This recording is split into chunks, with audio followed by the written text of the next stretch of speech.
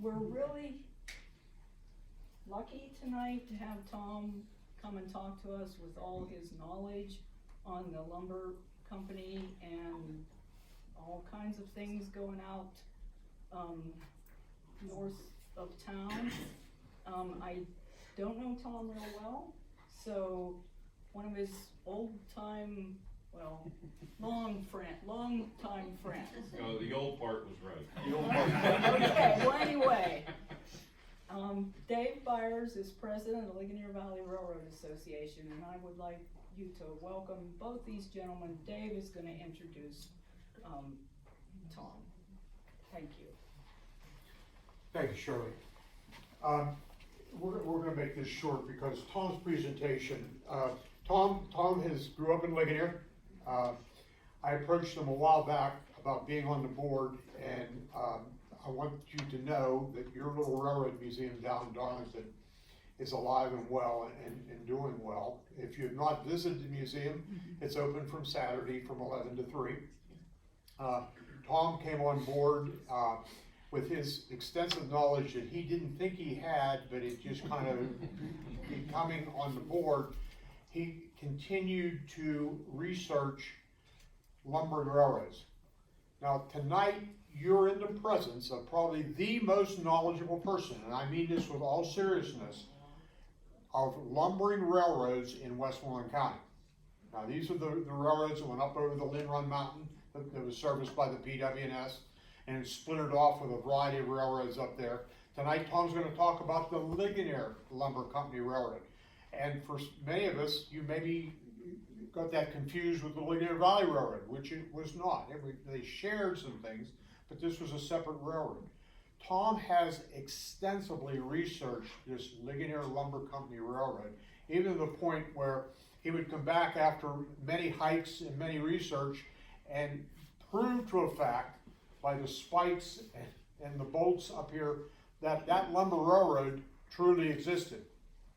So tonight Tom is going to share this information with you, even to the point of sharing with you, we think we know where the mill was in Oak Grove, where the sawmill was, where he's been on the property. But again, you're in the presence of probably the most knowledgeable person of lumbering railroads in Westmoreland County. Tonight you'll hear about the Ligonier Lumber Company, and some of you may know a little bit about. When you leave tonight, you will know a great deal about the Ligonier Lumber Company Railroad. So if you'd please join me in a round of applause of welcoming Tom. Thank you, Dave. I have enjoyed a friendship with Dave since the 1960s. So I tried to pick an actual age for that. It's someplace between 50 and 60 years we've known each other. Thank him for his support, the support also of the Ligonier Valley Railroad Association, and again for the Ligonier Library and providing this opportunity and the location and the means of talking. And finally, there's a bunch of people out there who have bits and pieces of knowledge of the railroads, and it turns out that for all except the Ligonier Lumber Company, our Forest and Waters area here in Laughlin Town is a real location where information has been collected and stored, and they've got information on the state parks and on the state forests. Now, unfortunately, the Ligonier Lumber Company goes up into game lands. They do not include game lands in their area of expertise, and I've not made good connections with the game lands, but I've started to do that a little bit. So there's things that I don't know yet about the railroad, and in fact, there's probably bits and pieces that some of the people in this room may know that I would sure like to share and like to get a hold of and add to my library. But what I'm going to do here is I've got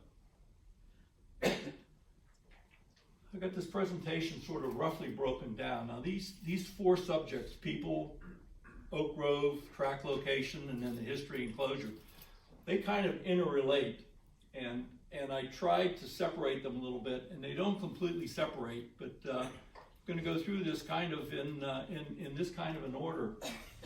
One of my objectives is I got a couple people in the room who with the Railroad Association have a lot of knowledge of generally what I'm going to be talking about.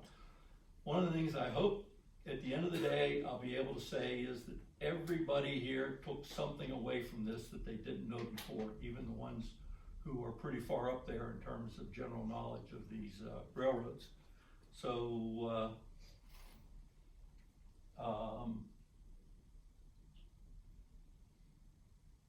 I'm actually adjusting to some new software here, so I'm not sure what I'm looking at sometimes. So, okay, we're gonna look here at key people. I give up. Why didn't that fire up? There you go. No, there we go. This is the one I want. We're gonna look at two people. The first one is Jacob Kendall, and people may have heard the name of Kendall. It was a Kendall Lumber Company that was formed in 1915, and this sequence doesn't quite go out to 1915, but he was born in 1861. At age 19, he became a clerk at a lumber company in Myersdale, and then a year later moved to a lumber mill in Connellsville working. So about age 20 is when he really started to develop his lumber background. Moved up in this company, became a manager, a partner in, it works. A partner with H.C. Houston, and then in 1892 with his brother, and again, if you look at the top here, he had four brothers. With his brother, he bought the Krug, Maryland mill, and this is on the Youghiogheny River in Maryland. It was a reasonable size lumberyard, 50,000 board feet, had a railroad timber. In 1902, with his brother, they renamed that the York Manor Lumber Company, and but also in 1902, Houston Lumber Company was incorporated. Kendall became the secretary treasurer, and after Houston died, he bought the company, 25,000 board foot mill. Now, there's a pattern starting to form here. Kendall was big in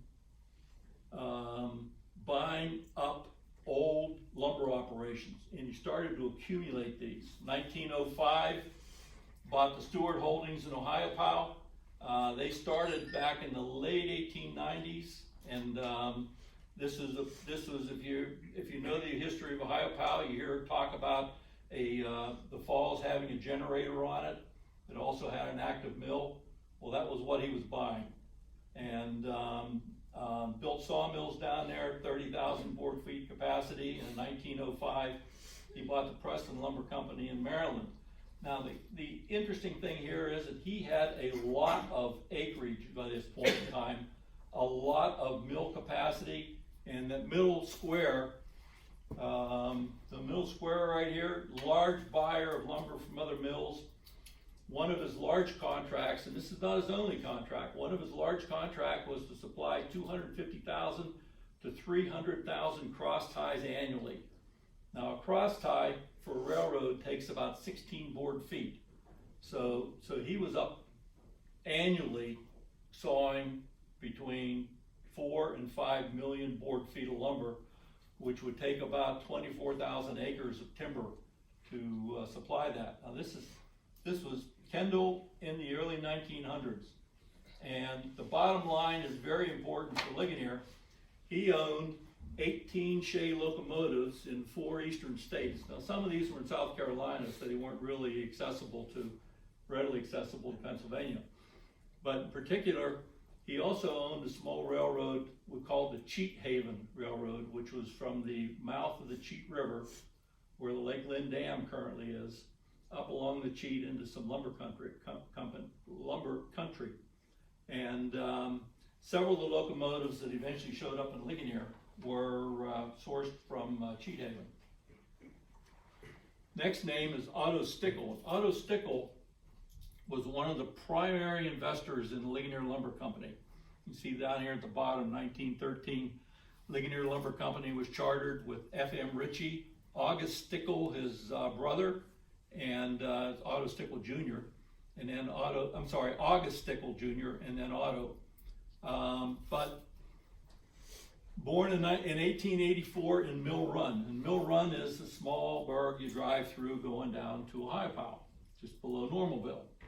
Around 1900, he worked for Kendall in Ohio Power, which means he was working in the Houston mills. And he worked with his dad in Stickle and Stickle Lumber Company in Connellsville. And I found their name, the name Stickle and Stickle Lumber Company, on several of the corporate listings of businesses at the time. After he had his businesses in Ligonier, he formed Stickle Delivery Service. And it makes me think that the Stickle and Stickle Lumber Company wasn't an active mill that cut lumber going through the mill. I think it was more of a delivery service. They would take lumber prepared in the mills, out in the woods and so forth, and deliver them to customers. Basically, they were a retailer. 1905, he was one of 7 directors of the Allegheny and Ligonier Valley Rail Road. They wanted to build a 25-mile run from Indian Creek, from the mouth of Indian Creek, to the PW&S Railroad in Mechanicsburg. Now remember, the PW&S survived up until about 1916. So this was a key thought, a key plan that they could tie the lumber in Ligonier Valley to Indian Creek and therefore get it to the B&O Railroad along the Youghiogheny River. North of the Yacht, the railroads were primarily the Pennsylvania Railroad. South, it was the B&O and the Yacht and down in the state line. 1906, he with his brothers, Stewart and Lumber Company. Stewart is a small area next to Mill Run. And if you're familiar with the Whitewater and Ohio Power, Stewart used to be the takeout for the Whitewater Run. Current takeout is at Bruner Run. 1906, the Stewart Lumber Company was formed, but they weren't active. They weren't cutting timber. In 1912, he bought the rights and he began cutting timber. 1912, 1913, 1 year later, he moved up to Ligonier. Now, we'll talk a little more later about what I think his real intentions were when he did that. And that's my 2 people for the for key people. Next is the Ligonier Lumber Company in Oak Grove. And this is out of the St. Louis Lumberman. The St. Louis Lumberman is a national publication about lumber interests throughout the country. And this particular one, July 1st, 1913, application made in Harrisburg for a charter for Ligonier Lumber Company with $100,000 of capital. It says here, Ligonier Valley, the available timber was 28,000 acres located 3 miles north. Ligonier Lumber Company never touched that much lumber. They probably were in the upwards of 6,000 acre area, if that much. Ligonier Valley Railroad was accessible. The stockholders of the company were Ritchie, A.C., August Stickle, and Otto Stickle, together with A.W. Scott from Indiana. The lumber was principally hemlock, oak, and poplar. It says a ready marker was available, blah, blah. Let's see. A band mill with a capacity of 40,000 feet per day was to be erected. And the key word here is band mill. The band mill is generally a higher capacity and a mill capable of taking larger logs. And final important note, a large locomotive, a logging engine, and a supply of cars have already been unloaded in Ligonier. Now this was dated in July of 1913. And the charter date given in the Ligonier Echo was September 25th. And one of my big references for all this is the blue book over here on the table. and that's the Benjamin Klein Logging History of Pennsylvania. This is book number 13. And I didn't realize that the library has got the 13 volumes bound in hardback form. Those are on the table, and you can take a look at those after the presentation here. But so sometime in the fall is when the actual charter was issued. Ligonier Echo says September 25, Benjamin Klein said September 30th, and I'm not sure. Doesn't matter, the difference is not that significant. This note the date here, April of 1914. This is now pushing many, many months later, and it isn't the active date that I'm looking for. This is a note for somebody, Russell McKelvey, setting up a store in Latrobe. And I didn't think a whole lot about this at first until I read the whole thing carefully. Down here at the bottom highlighted, Russell McKelvey is the son of Mr. and Mrs. S.M. That's Samuel McKelvey, who sold the property at Oak Grove last fall to the Ligonier Lumber Company. McKelvey's owned a store on the corner of Wilpen Road and Route 711. And Otto Stickle bought that property. It was, you'll see in the next year. In fact, we'll move on to this here. This is the outline of the properties that Ligonier Lumber Company bought. And this portion here was basically the McKelvey property. There's a couple of miscellaneous properties in the middle, and then there's a 6-acre parcel back here, which was the mill site. And in addition to this is the Ligonier Lumber Company here, the Ligonier Valley Railroad here, and right in here is where the switch was to connect the Ligonier Valley Railroad into the Ligonier Lumber Company. The Ligonier Lumber Company total property holdings were on the order of about 35 acres. And on this map, you note here Wilpen Road. This is Route 711 down here. Over here is where the Sheets is. And we're going to get back to this picture a couple times as we proceed through this. But the first step was getting a property, getting the company set up, getting things going. Now we're back up again to 1913. This is September of 1913. Now building a new railroad. This is an article in the Ligonier Echo, and then also from the Altoona Tribune.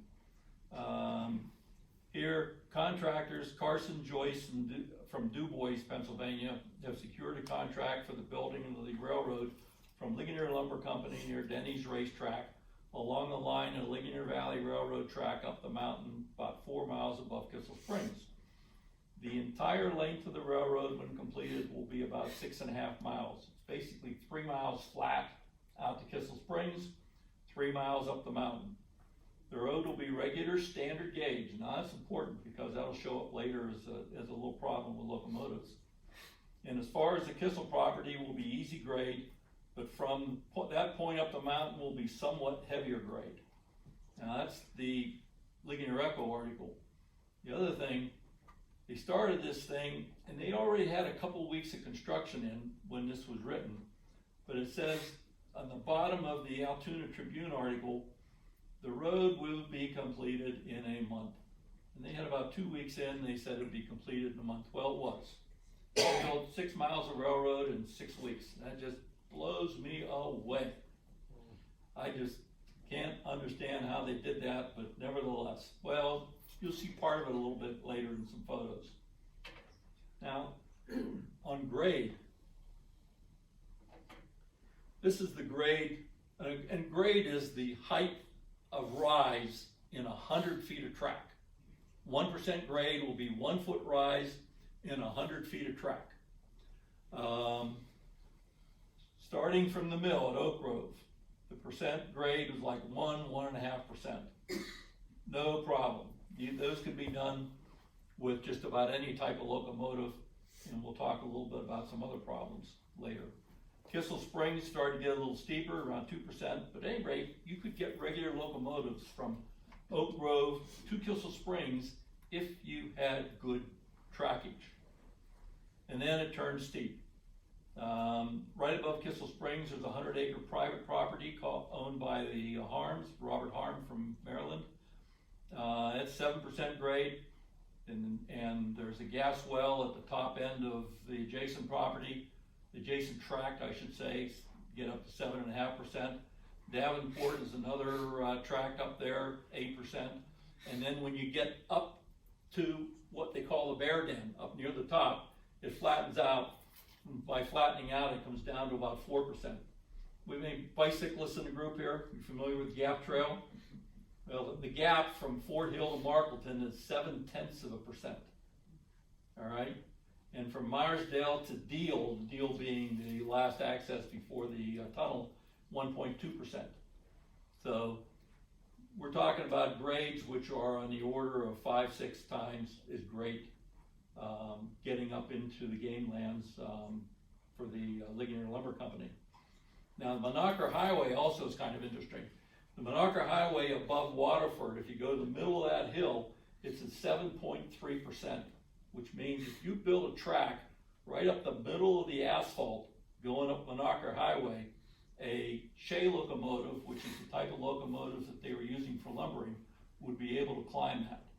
Shay locomotives can handle up to about 13%, but it's rare to see something that steep.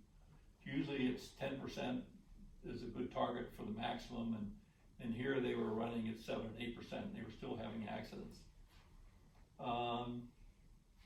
Okay, a little bit of history on grades. Now,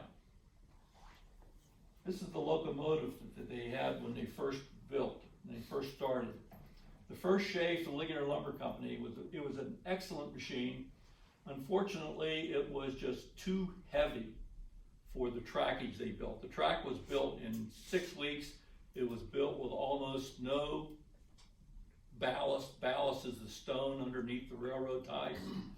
Ballast helps to spread the load and keep the tracks even.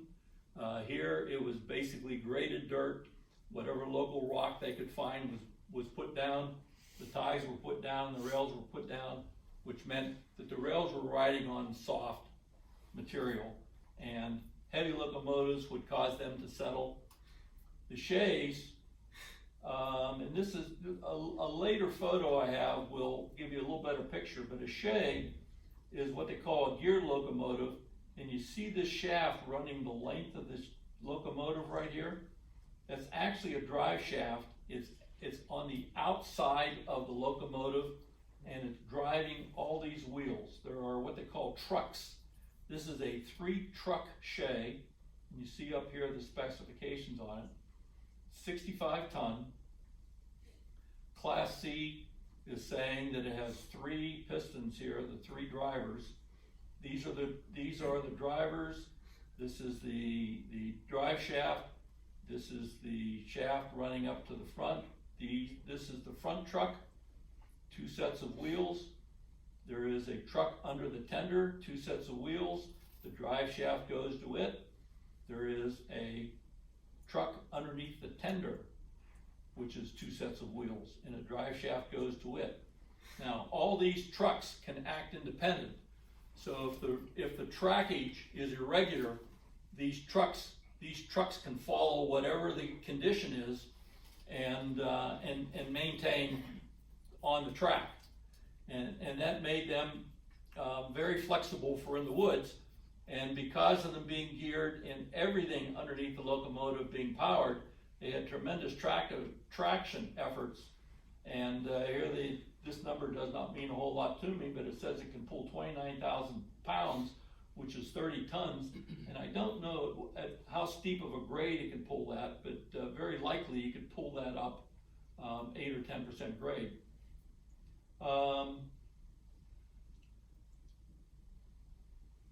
This particular unit was built in 1892. It went to Kendall sometime after 1910. It went to Kendall at the Cheat Haven and Brewston Railroad, and because it was at Cheat Haven, which is basically Masontown at the state line, it could be brought up to Ligonier, and it was loaned to Ligonier for the track construction. So it was in Ligonier during late 1913 and also in 1914. I don't know how much of 1914, and that gets into into a question we'll deal with a little bit later here. Another thing, and this is the one thing that I was surprised to find, I knew there was something here. These mills typically work from a pond. The railroad brings the lumber in, dumps it in a pond. They drag the logs up out of the pond. The pond serves a couple of points, a couple of reasons.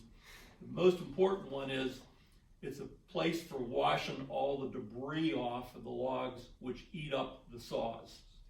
The gravel and the dirt from lumbering, they actively bring a lot of dirt with it.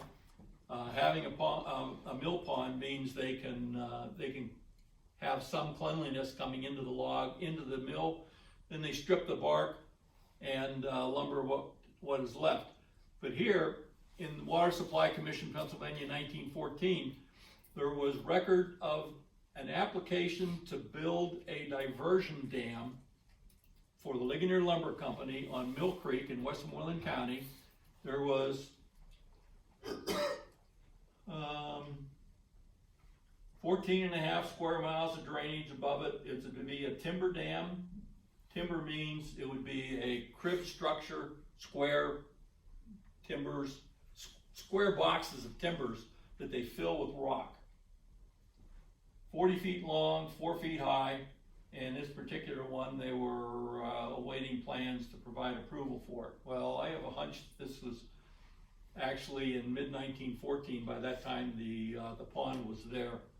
The local fishermen have improved the fishing habitat in that particular spot, and the improvement they made was immediately upstream of the remains of the dam. When the dam failed, when it was done 50 years later, when all the logs were gone, the gravel was left, the rock was left. And the rock forms are rapid at that particular spot. And immediately upstream of that, we'll see a little more here in other photos, there's evidence of where the mill pond was and some of that. But I was surprised to find out that yes, they actually did have a dam. Now, this has been one of my real finds in doing this research. My son got me set up with this. This is this photo is LIDAR, which stands for light detection and ranging. And it is a photo taken from the air, sometimes from airplanes, sometimes from satellites. And because it actually takes a picture of the earth without the trees, without the houses. It shows what was there if everything is removed. This is, right here is the Wilpen Road. This is the road bridge for Wilpen Road. I don't know how LIDAR takes that bridge out, but the bridge is gone. 7-Eleven, this is Route 7-Eleven. Here's where the Sheets is. And there's some evidence here from the lumber company. Up here is where the Ligonier Valley Rail Road switch was. And this LIDAR, by the way, was taken in the last couple of years. So this is 100 years after the railroad, the lumberyard railroad disappeared. This switch looks like it's there right now. Coming on to the mill property, this is the mill property. It shows, we're gonna start back here. The mill pond is back here. The mill pond, and this is the creek. The creek has eroded into the mill pond a little bit, taking part of it out. My guess is the mill pond went out across the stream. There was some shore pond, but it was also part of the dam and the stream. Next to it, there is a mill. The mill has a foundation. We'll see a little more about that later. And then there's the yard for stacking out lumber. And that yard had 2 tracks coming down from the Ligonier side. And this is, again, 100 years after the fact, there is evidence of where those 2 tracks were sitting. So this was the mill site here.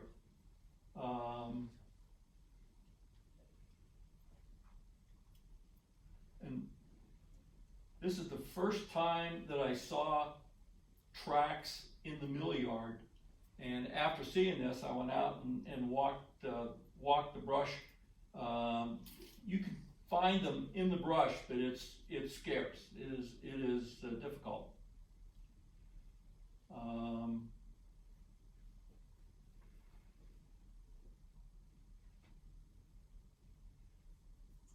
I didn't realize when I was doing that I was changing your slide. My apologies. This is the same photo with where I think the track was laying.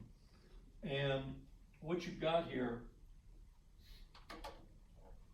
I am getting, okay. I gotta put that down and leave it down for a little bit. Okay, here's the pond again. The track came right up alongside the pond, and down here at the Wilpen Road, this is where the store was located, and across from it, this is where the boarding house was located. And near as I can find out, the track basically was relatively straight, coming from the mill, past the store, past the boarding house, out into what is now a bunch of commercial development. And we'll see a little bit later when I start talking about the actual track location, we'll pursue this line further on. I'm looking right now at the Oak Grove area and a little more on what was happening there. Where's Mill Creek? Ah, good comment. This is Mill Creek here. And the curious thing is, this is LiDAR showing the current, where everything is right now. This is Route 711, this is the 711 bridge. This is the old bridge down here, and the next photo I showed, the 1939 photo, will show this in more detail. This is the Mill Creek realigned. The old Mill Creek, this is part of it right here. This is part of it right here. After coming under the bridge, a little bit of it was right in here. But this is Mill Creek coming through here, down to this point, and then you get into the fishing improvements, and this little area here is kind of all disturbed by the fishing improvements. There is a little island right here, under the cursor now, and the mill pond was here, and then the creek reforms, flows down here. Right in here, it's eroded into the road and the old railroad grade and so forth, and then it proceeds down this way. And off the photo right here in the bottom corner is the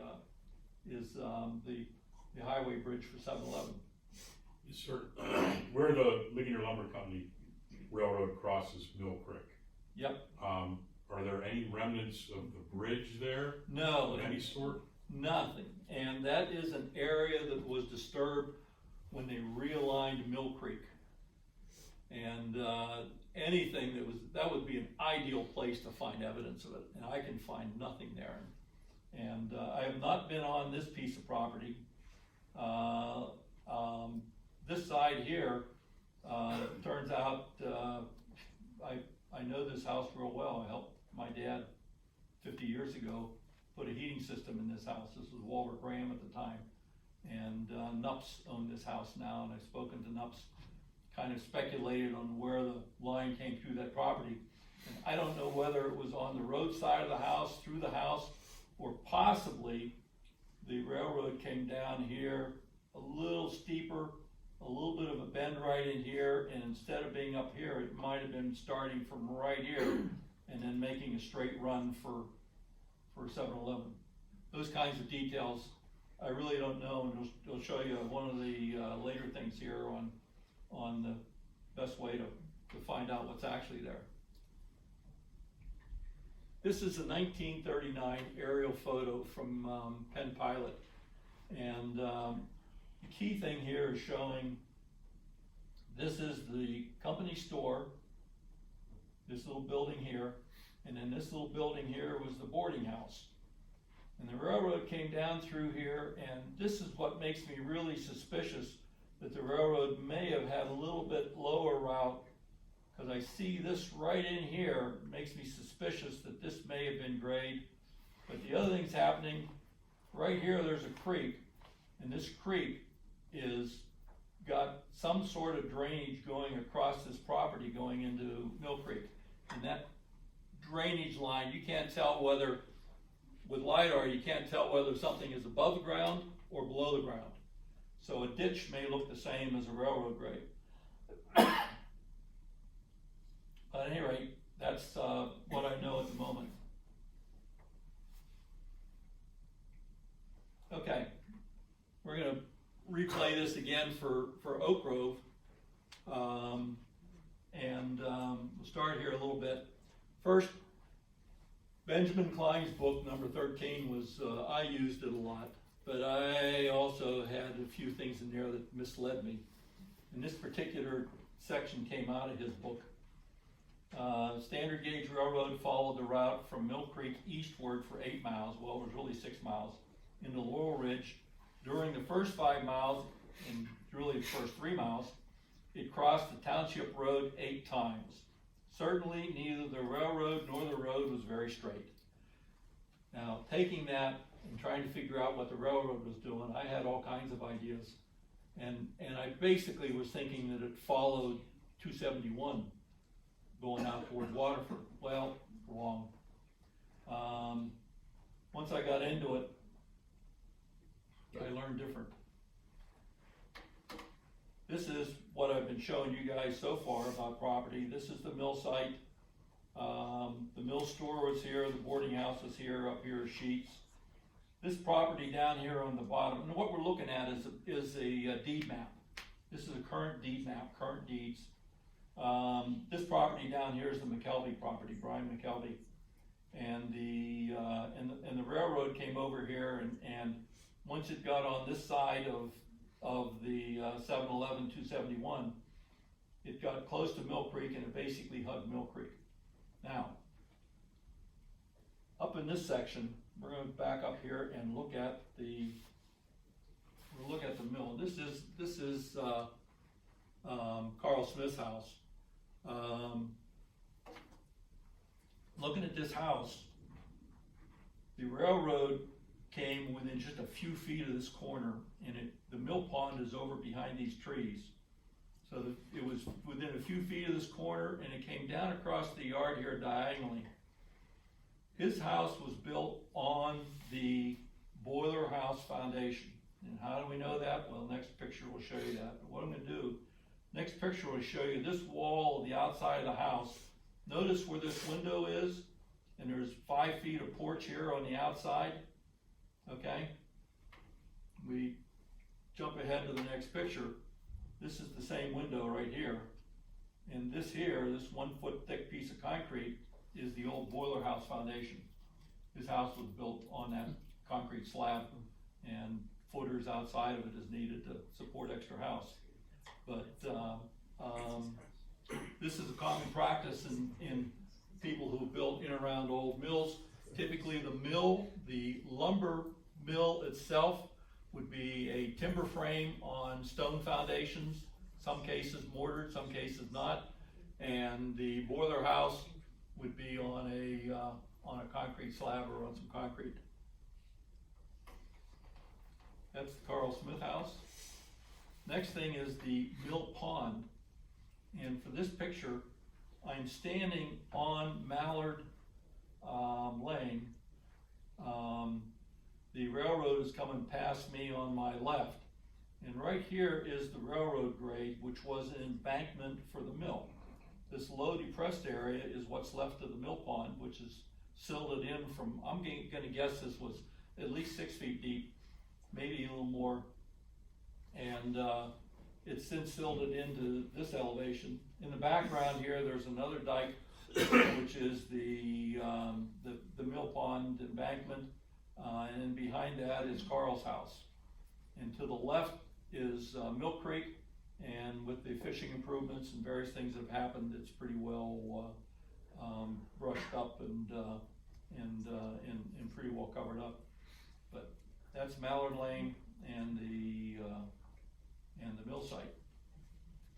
Moving out into Oak Grove, this is standing on the edge of 271 on the shoulder, and the railroad came close to the store. This was the mill store.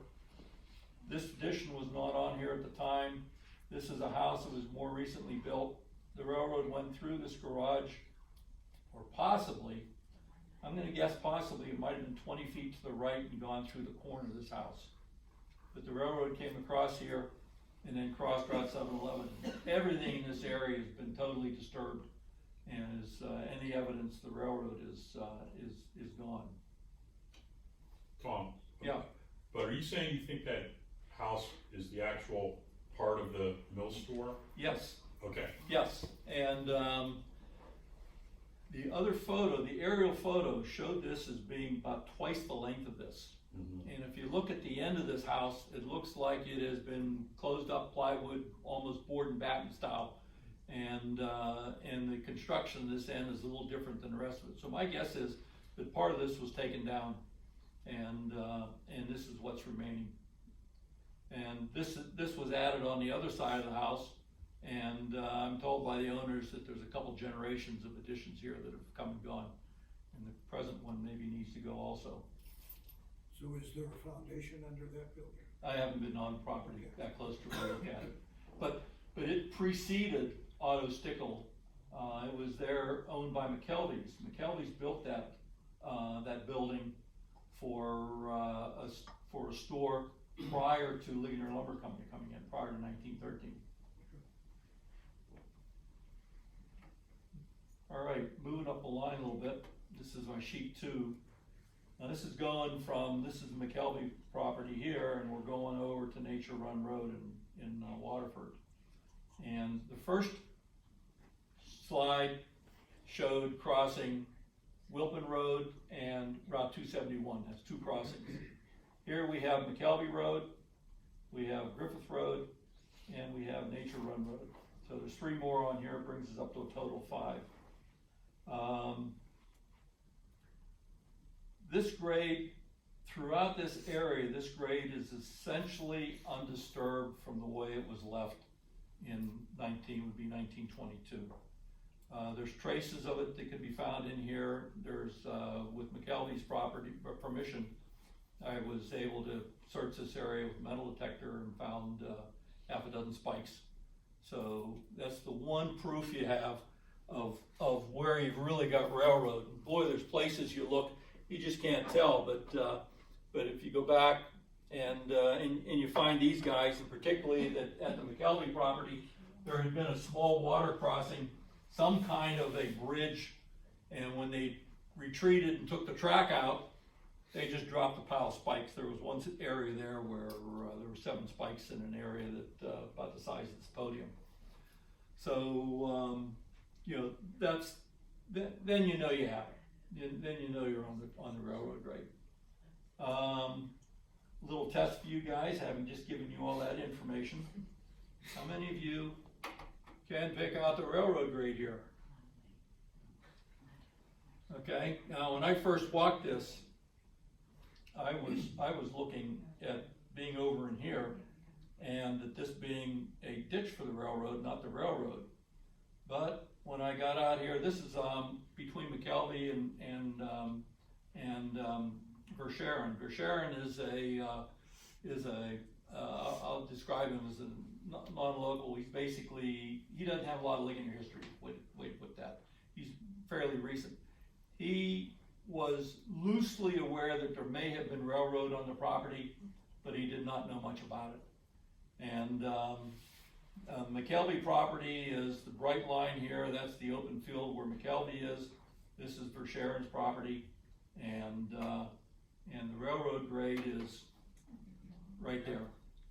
The typical construction for here was a slight grade increase in grade, slight hump for railroad, and a ditch on both sides. And the creek is right over here. And there's places where the creek was closer than this. It really did hug Mill Creek going up through there.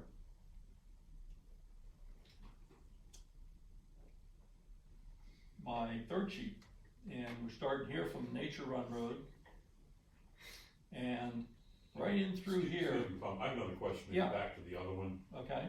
I'm also putting myself on the spot here for what I think the map itself, the number 2 map. What I think I remember, behind the fire hall, is back there's like a field that I swear when I was in midget football was where the Waterford football field was. Is that near, would that be near where this railroad was? if I'm even making sense. I know what you're asking, and, I don't know exactly where that field was, and I'm also It's not. back in the woods kinda, I'm not talking up by the softball field, I'm talking about right now, if you go straight back past the fire hall. Yep. Straight back, Yep, and keep going straight, go into the field, the pavilion, or the stage is to your right. Back in there's like a rectangle. Yeah, I think that's where the railroad track went through. And I also thought that was where the football field was when I was a kid, but I could be wrong about that, that was a midget football yeah, league. this, Waterford was red. Yeah. this Remember that. section from Griffith Road to Nature Run, I have not actually walked this. Okay, I had a clue from the landowner here about the utility pole that the grade went through. And then by his description, he says it basically went straight line up onto the Waterford property.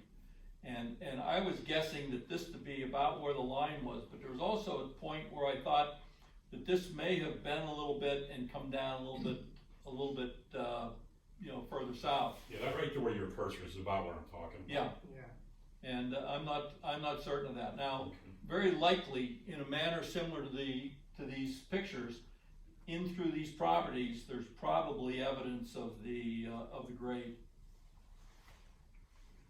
Okay, the Sharon property, and then over to Kissel Springs. Now we're at 5, up to Nature Run. We cross the Kissel Springs here and Kissel Springs here, and this is also showing a crossing on Mill Road, but Mill Road wasn't there at the time. This was open woodland. And this area is straight as an arrow coming across here when you see it on LiDAR. Over here is Kissel Springs, and then this is the beginning of the game lands up in here. So I have a total of 7 crossings, and Benjamin Klein was saying 8. Okay, we're up in that area someplace. Curious thing here. Right here, there's a section of right-of-way that is actually deeded as right-of-way, and unfortunately, my red line is covering a lot of it up. But I think that's deeded to our Boyd, Paul Boyd, isn't it? right, that's correct. That is correct. It is a Boyd property, and it comes up to about in here. Right. But basically, it's the only place on the property maps that you actually see a section of the railroad grade or the railroad right-of-way. Then you go up to where Doherty's trailer court is, Yes, goes right up through there. right. And the Doherty Trailer Court is this area here, what they call Ginseng Lane. All right. This is Kissel Springs. This is interesting. I thought for the longest time that this railroad went up the access road. That'd be to the right of that. It's to the right of it. Is right. It's a little bit of a high spot here on the grass, and you can't tell from here.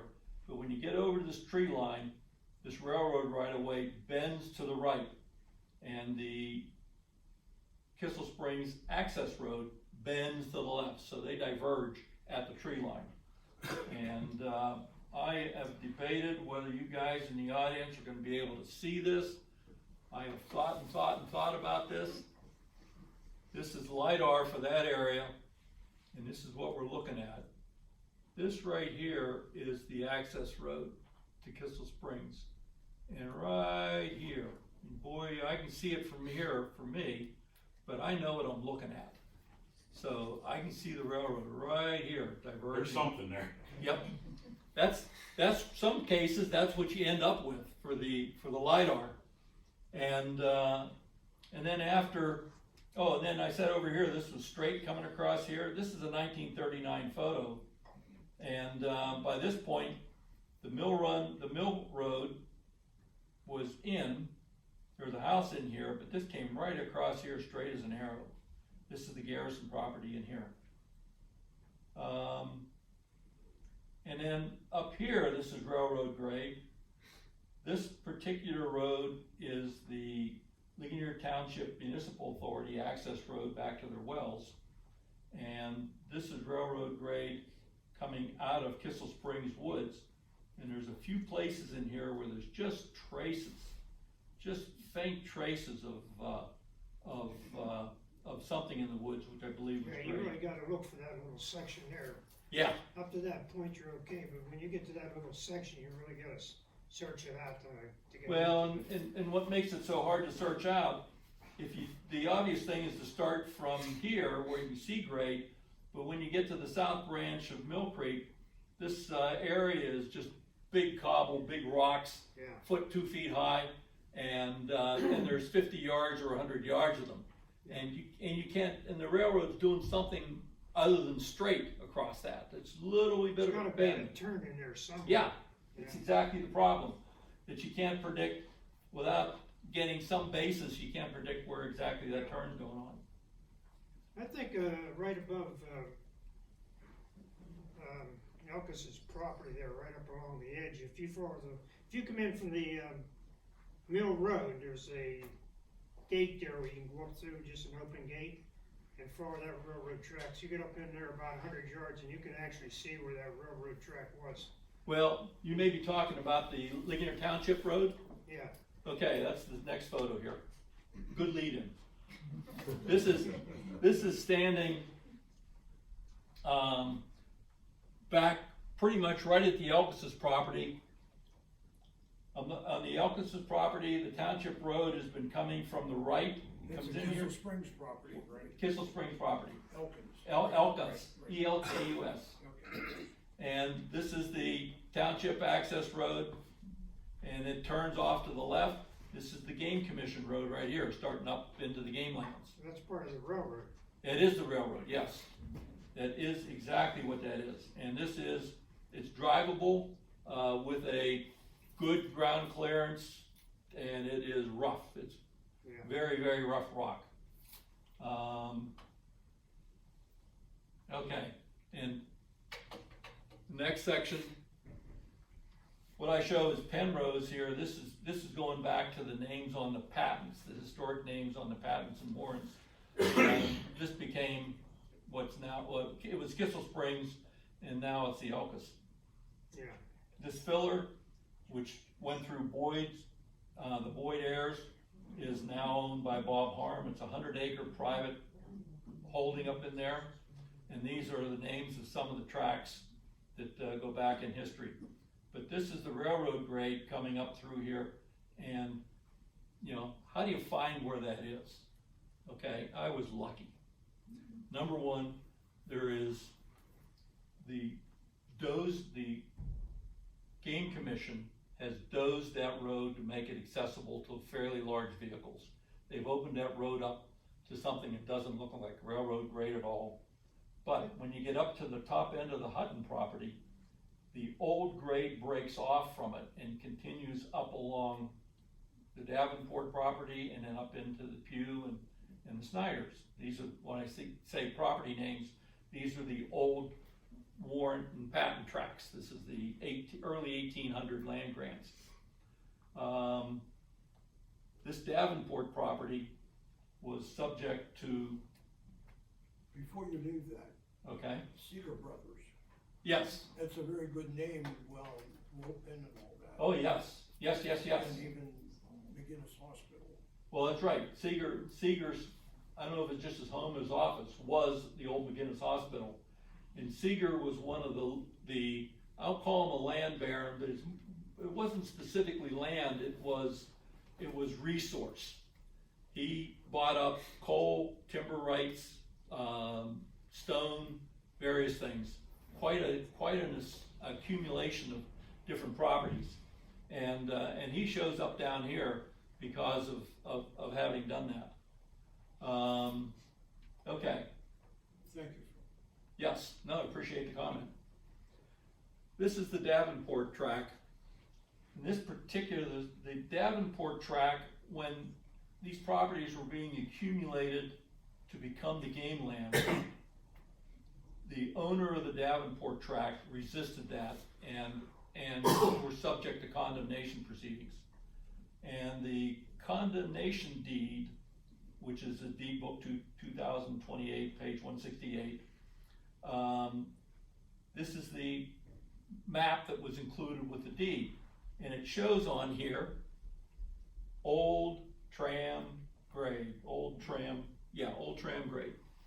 It shows that going up, and this has my curiosity because I have hiked this up to in here where you get up, really up into the real headwaters. This is about the Bear Pen is down in this area.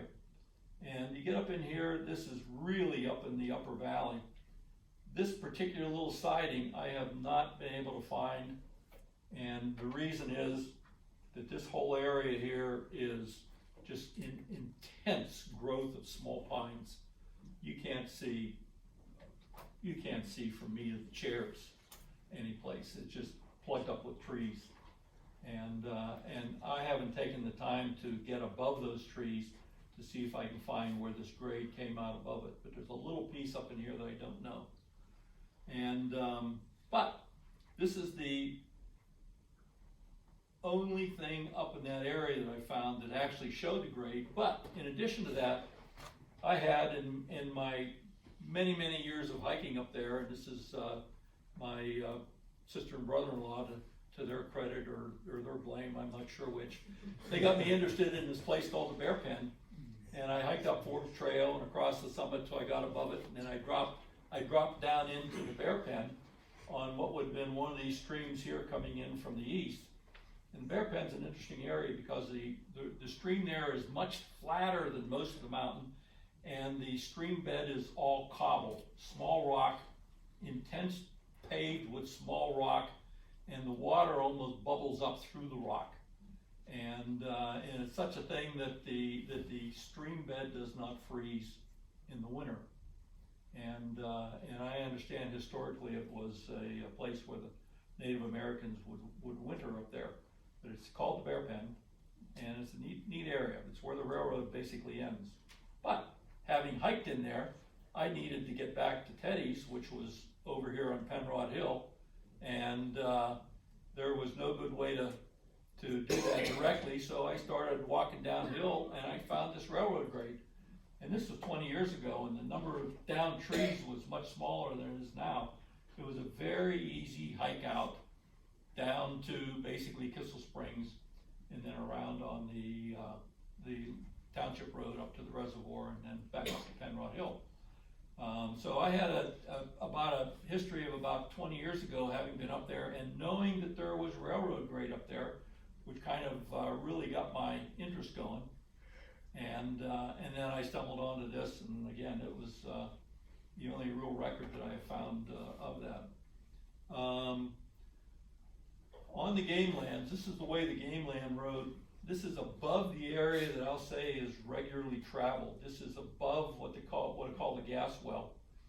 And it's right up at the edge of the Davenport track. We're on the Hutton track, and the Davenport track probably starts right in here or up on this hill someplace.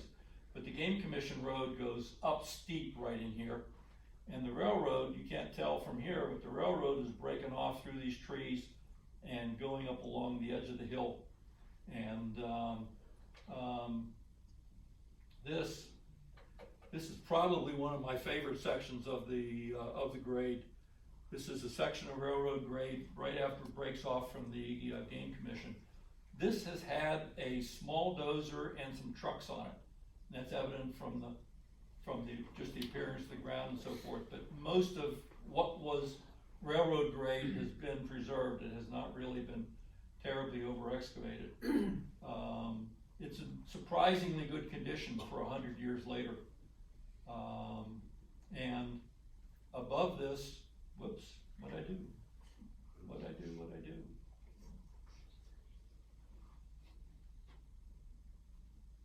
We're gonna,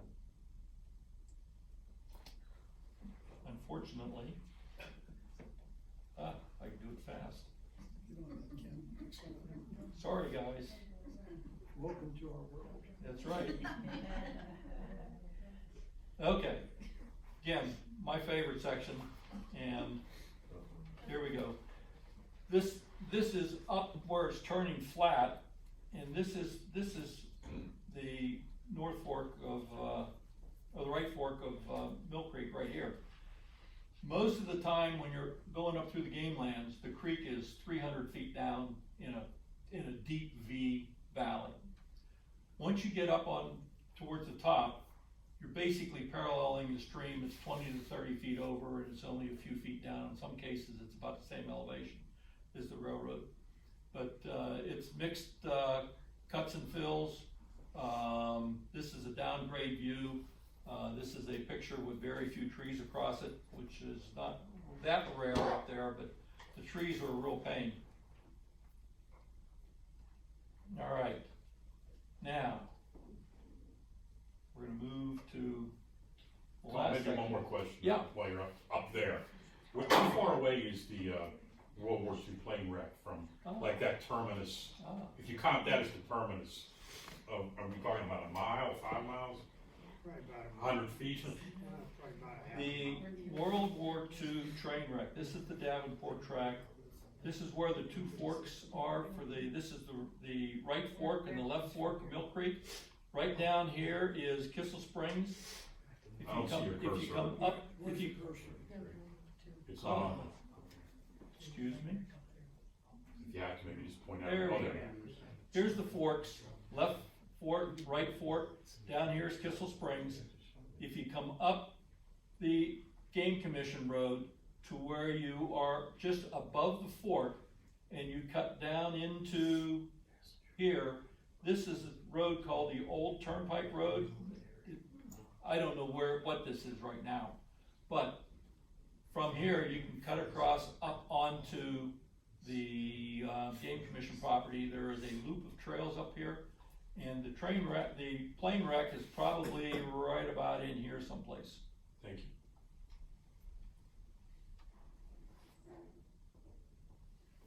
There was Okay. also a train wreck on the right-hand fork, wasn't there, back in those days? On more than one. More than one? 'Cause Yep. there used to be logs in the creek there. You're giving me a good lead in here on stuff. I just remember that as a kid. Your front guy. That's right. Okay, we're backing up to 1914. Operation, basically this notice is saying that the company out at Oak Grove has begun business of sawing. This is May of 14. They actually started in the fall of 13. And by this time, they had accumulated quite a pile of logs. Standard Railroad's been built up to Kissel Springs. The entire enterprise will be of considerable financial benefit to the people of this section for a number of years to come. Okay, now this was Otto Stickle, but Otto Stickle had a problem, and this isn't obvious in anything that's in print, but just my assumption on how this all played out. And the next slide will show you why I think that. Otto Stickle was in business in Connellsville, distributing lumber to his customers out of the Stickle and Stickle Lumber Company with his dad, and really with his brothers also. He needed a source of cheap lumber. He thought Ligonier would be that source. And owning the mill, he'd be vertically integrated, so he could take lumber that he could produce cheaply, get it to his mill, and sell it out of Connellsville. Okay? But he had a problem. And the problem is shown right here.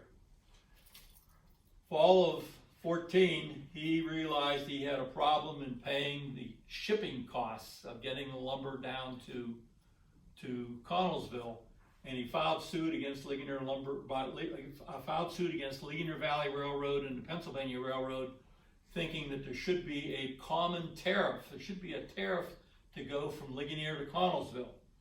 But they, if you look here in the middle, the answer to the respondents denied that there was any joint rates between the two companies, and each set a rate on lumber from Hannis Run to Latrobe, from Latrobe to Hannis Run, respectively, Latrobe being the connection of the two roads.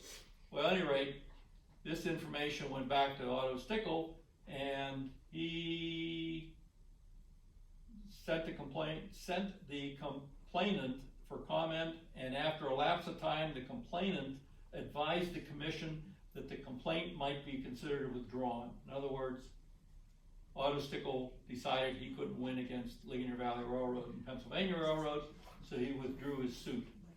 And that he made other arrangements to dispose of his products within the district, which does not take so high a rate of freight.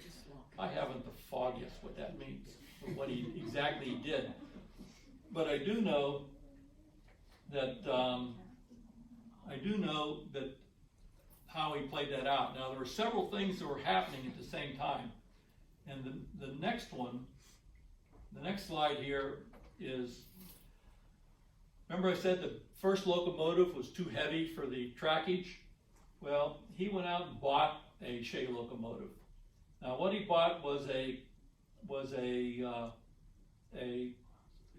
Class B, which is a 2-truck Shay, 42 ton. The other Shay was 65 tons. This thing, instead of 29,000 pounds of traction, had 20,000 pounds. This is a nice engine. This is a really good engine for what he was doing. Initial operation, the new Shay was purchased sometime in 1914. The build date up here is November 16, 1914. And I don't think that tells the whole story. It's a standard gauge machine, which is what everything in Ligonier was built at. The Klein book, the blue book over here, reports that the Shay was purchased in 1914. It was delivered sometime in 14, ahead of November. Operated into the fall of 1914. Klein reports that it was wrecked. We mentioned a wreck back here. You'll hear that again here in a minute. It was wrecked and rolled 300 to 400 feet down the mountain with severe damage. It was returned to Lima, Ohio, for rebuilding. And then, you'll see here, first Ligonier Lumber Company, #1. Well, actually it was #2 in Ligonier. And 1914, it went to Kendall Lumber Company in Crellin, Maryland, which is near Oakland. That was the 24,000 acre parcel that he bought down there. So Stickle had this locomotive sometime in 14, did a bunch of lumbering with it, wrecked it in 14, went back, and it didn't come back to Ligonier, it went to Kendall. And you'll see how Kendall starts to become more and more a player in this. But this was now mid-late 1914. 1915, see this notice, Ligonier, this is in the Greensburg paper, Ligonier Lumber Company has leased its lumber plant located in Ligonier Township to the Cleveland Storage Company. Lease made April 22, 1915, recorded June 1. This is a deeded transaction. Purpose of the new company is to operate the plant and store all kinds of lumber and logs. A.W. Scott, which was one of the previous names on the Ligonier Lumber Company charter, is president of the lumber company, and Harry Brown is vice president of the storage company. Cleveland Storage Company was a company that would come in and operate your business for you. They were very active in the glass industry, and it was basically a case of they would provide labor and skilled people to take over whatever you needed to have done. And I think what happened here was that they kept the mill crews, that Cleveland Storage basically took over operation of the mill, and where the lumber went, I am not absolutely sure. Some of it was marketed locally. I suspect a good bit of it ended up going up into the Wilpen area, but we don't know that for absolute certainty. At any rate, you see, they had a 1-year lease in 1915. They had an extension, an extension, an extension. So they really had leases up until mid-1919. And so essentially, they were operating the mill. The store was still there. The crews were still there, as far as I can tell. The boarding house was still there. All that was owned by Ligonier Lumber Company. The railroad was owned by Ligonier Lumber Company, and was providing the lumber to this mill. And what that business arrangement was, I don't know. Surprise! This, when I wrote an article in the Liggy, and I knew that Kendall had become a major interest in Ligonier lumber after 1915, but I didn't know what that meant. And then I found this notice in the paper. The lumber mills and equipment in connection with the same have been sold to its misspelled here, Kendall Lumber Company, and quite a number of changes will be made in the future. The mill located in Oak Grove has been in operation for about 1 year and has a large lot of lumber stacked up. There's quite a large tract of valuable timberland in connection with the industry, and there's much timber to be cut. This is an industry that is giving employment to a number of local men. And I flagged that last one for a couple reasons. They are continuing with employment of locals operating the mill that was there by Cleveland Storage. And then Kendall comes in to basically take over the forest work.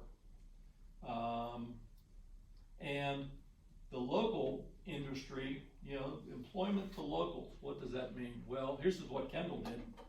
Kendall went up to Williamsport and advertised for sawmill men.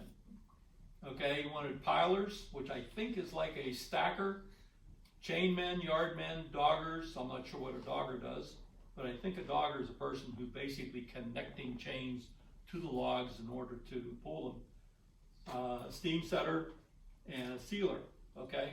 And these guys are hired out of central Pennsylvania. The lumber industry in central Pennsylvania had peaked. Lots of people up there with lots of these skills. So he was bringing them in from Williamsport. They weren't replacing, here as I can tell, anybody in Oak Grove. They were supplementing. They were bringing additional people in. And these people were running, Kendall had a preference for circular mill rather than a band mill. And the band mill was being run by Cleveland Storage. Kendall set up his own circular mills, I think on the same mill property, but I don't know the details of that. And you know, he was operating the lumbering. Now we go ahead 2 years, disastrous runaway down the mountain. This here was a article from Ligonier Echo, and you can read all the details here, and I am a little leery of going into this much detail, but the key thing is this. The real quick synopsis, the locomotive takes three flat cars and a loader up the mountain, disconnects, they chain the 3 cars and the loader to the rail, common practice. And then the locomotive goes back down for other work. The loader, self-sufficient, loads logs, and while they're loading logs, the chain comes loose.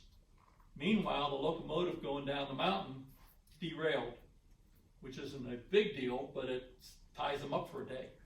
So the engineers were dealing with the locomotive being off the track, and here you got this 3-car, there's runaway coming down that eventually hit speeds, they say in here, speeds probably 50 miles an hour, and the operator of the loader, it's a steam locomotive or steam loader, he locks the whistle open. The guys in the engine realize that thing's coming at them from a distance. They get out of the way. The operator jumps off the loader, so nobody gets hurt, but you've got this thing smashing into the locomotive and basically destroying the locomotive, the cars, and the loader. And this is 1917. I had an article from Kissel Springs in before 1915 that talked about hotel visitors to Kissel Springs Hotel walking a half mile up the tracks to visit the site of a railroad wreck, train wreck. And that was prior to 15, because the Kissel Springs Hotel burned in 1915. And I don't know if there was something that existed there after that that would attract those people, and that they might have been visiting this wreck, or if it was the 1914 wreck from the first locomotive. So at any rate, this is the Kendall wreck, and interesting trying to figure out what railroad, what train this was, and this is my best guess. I don't have any records of the actual shay. This is my best guess. This particular locomotive was used down in Ohio Power, and if you look here, it went to Ohio Power Company. It was built in 1904. Ohio Power, it was used in Ohio Power. In 1915, Kendall Lumber Company at Cheat Haven got it. Now, the curious thing was, it was built at a 36-inch gauge. Gauge is the width between the tracks. And Ligonier Railroad was standard gauge. Ligonier Lumber Company was standard gauge, which is 4 foot 8.5 inches. This thing was 36 inches. It could not run as built on the Ligonier Lumber Company tracks.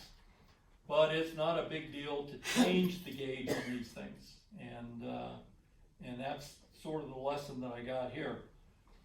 This particular locomotive, if you look at it, it was scrapped in February of 1920, which would be 2 to 3 years after the Ligonier Lumber Company accident. And looking through the roster of locomotives that Kendall had, this is the only thing that comes close. So I figure what they did was they changed the track gauge, and this is what a truck looks like. Remember I said earlier, there's 2 axles, 2 sets of wheels. This is the drive axle. This thing sits underneath the locomotive. And let me go back here. This is a truck right here. This right here is the truck. And if you can change the width of this truck, you can run it on a different gauge. So they do that by changing everything in the middle here that defines the width of this thing gets changed out. And they're talking down here, Lehman's pricing based on the weights, was based on weights and the percentage for administrative costs. Complete truck for a 42-ton class 2 shay weighed in at about 9,500 pounds. The parts needed to convert were well less than a new truck, likely 1/4 the cost of a new truck, possibly less. So you could convert a 2-truck shay a lot cheaper than buying a new one or various other options. And very likely that's what happened here. So this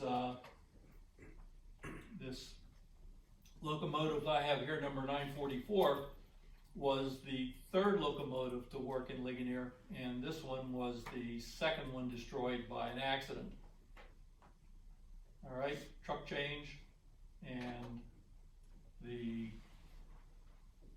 things started to happen now that basically the company was going for closure. This is 1919, at the tail end of the Cleveland Lumber Company leases. He says, I'll receive for sale, I will receive bids for sale of the sawmill building at Oak Grove, and goes on to talk about how much lumber is in it and so forth. So this is 1919, February of 1919. He's selling the mill. Kendall was still cutting lumber using a circular mill. Next thing. The holdings of the Oak Grove Supply Company were recently sold by Otto Stickle to John C. Kramer. This is the store. The store was sold in 1919 to Kramer. Kramer later sold it to Horner. Horner was his middle name. And but at any rate, that was people remember the Horner store there, and that's it left the Ligonier Lumber Company hands in 1919. And then this is the boarding house. For sale, 12-room house, large enough for 2 families, located at Oak Grove, 2 miles from Ligonier, blah, blah, blah, and so forth.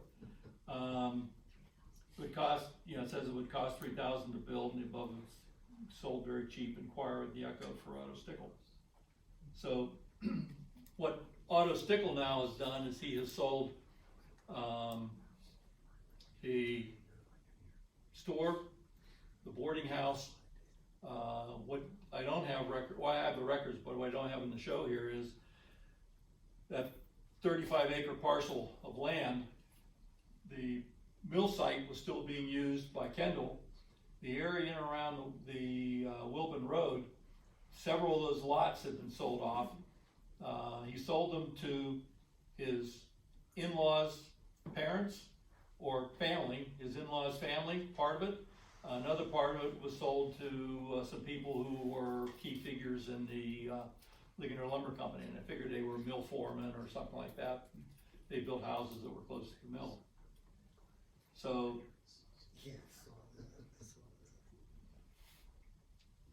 And Kendall operated until they had this little problem.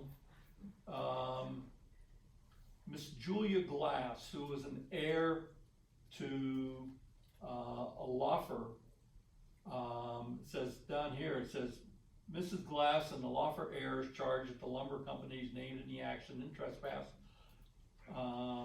have cut and appropriated hundreds of thousands of feet of lumber belonging to the Loffer estate.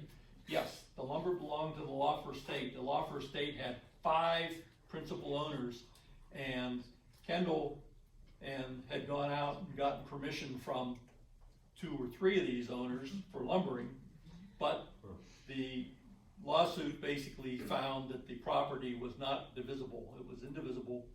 In other words, everybody had to agree for anything to happen.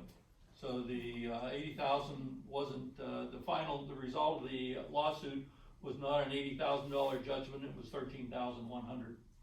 And this is the location of the property right here, which when you look at what they were lumbering, this is right in the middle of the railroad and right in the middle of where everything was located. The gas well is down in here, and the gas well has what I think was built by the Game Commission, some lumber access roads that go up around this hill and then switch back, and there's a series of roads that are on this hill here for lumbering the upper end of the Hutton property and what's now the Davenport property, or what was the Davenport property that's now Game Commission.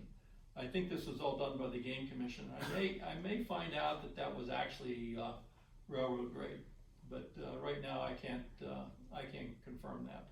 I believe it to be after the railroad had left. And then Kendall, who trashed locomotive number 3, brought in another locomotive. And this one, actually in the records for it, shows it was built in 1906 for Pocahontas Lumber Company. 1919, it was brought to Ligonier, and in 1921, it left Ligonier and went to South Carolina. So this was the final shade to work in Ligonier. And with that, I'm out of information.